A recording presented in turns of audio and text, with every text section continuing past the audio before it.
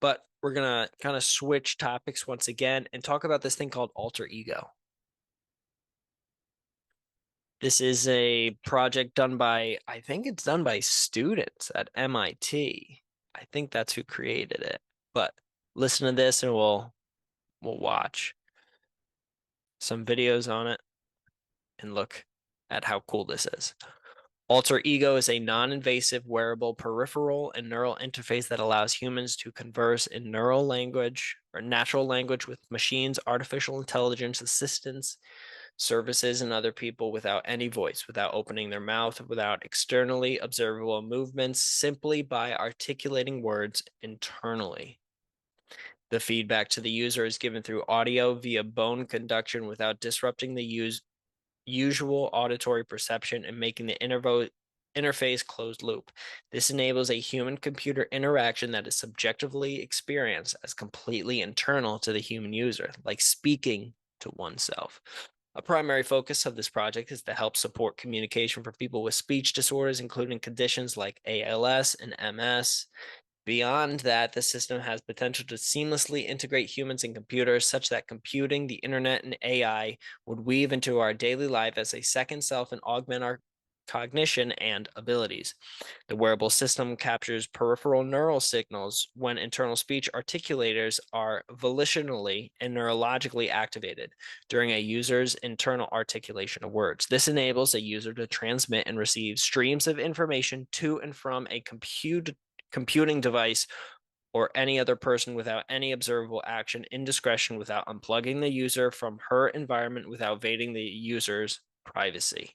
Let's watch some videos on this.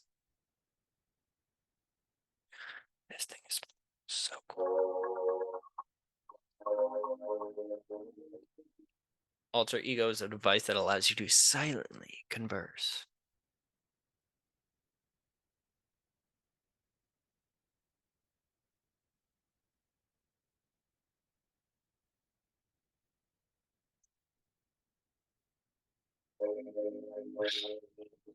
Transmit person by vocalizing internally. And for me,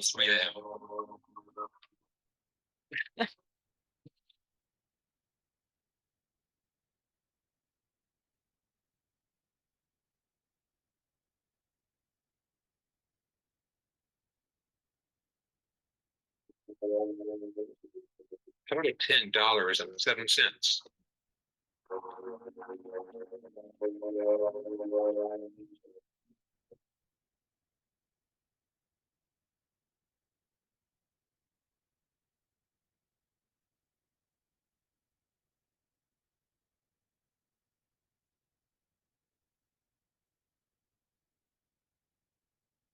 Ooh. And then here's the team. Research assistant.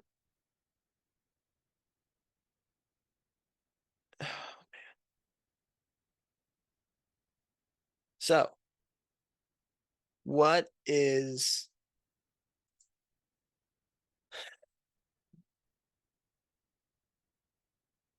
what's the future? What's the goal? Let's look at this. The goals of alter ego are to cognitively augment humans, change the way people communicate with one another, and enable a discrete gateway to digital information services and application where the interaction is intrinsic rather than something extrinsic. You can think, how much is what time is my appointment with so and so tomorrow? Oh, I don't know.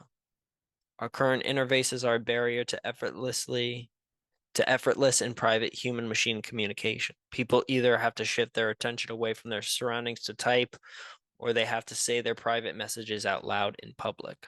Alter Ego overcomes these barriers by allowing users to silently and seamlessly interface with a computer without the need for explicit actions. It enables a method of human-computer interaction without obstructing the usual perception, thereby letting the user remain present in their surroundings. Silent speech. Yep, yep, yep. Can this Here's a good question. Can this device read my mind? What about privacy? No, this device cannot read your mind. The novelty of this system is that it reads signals from your facial and vocal cord muscles when you intentionally and silently voice words. The system does not have any direct and physical access to brain activity and therefore cannot read a user's thoughts.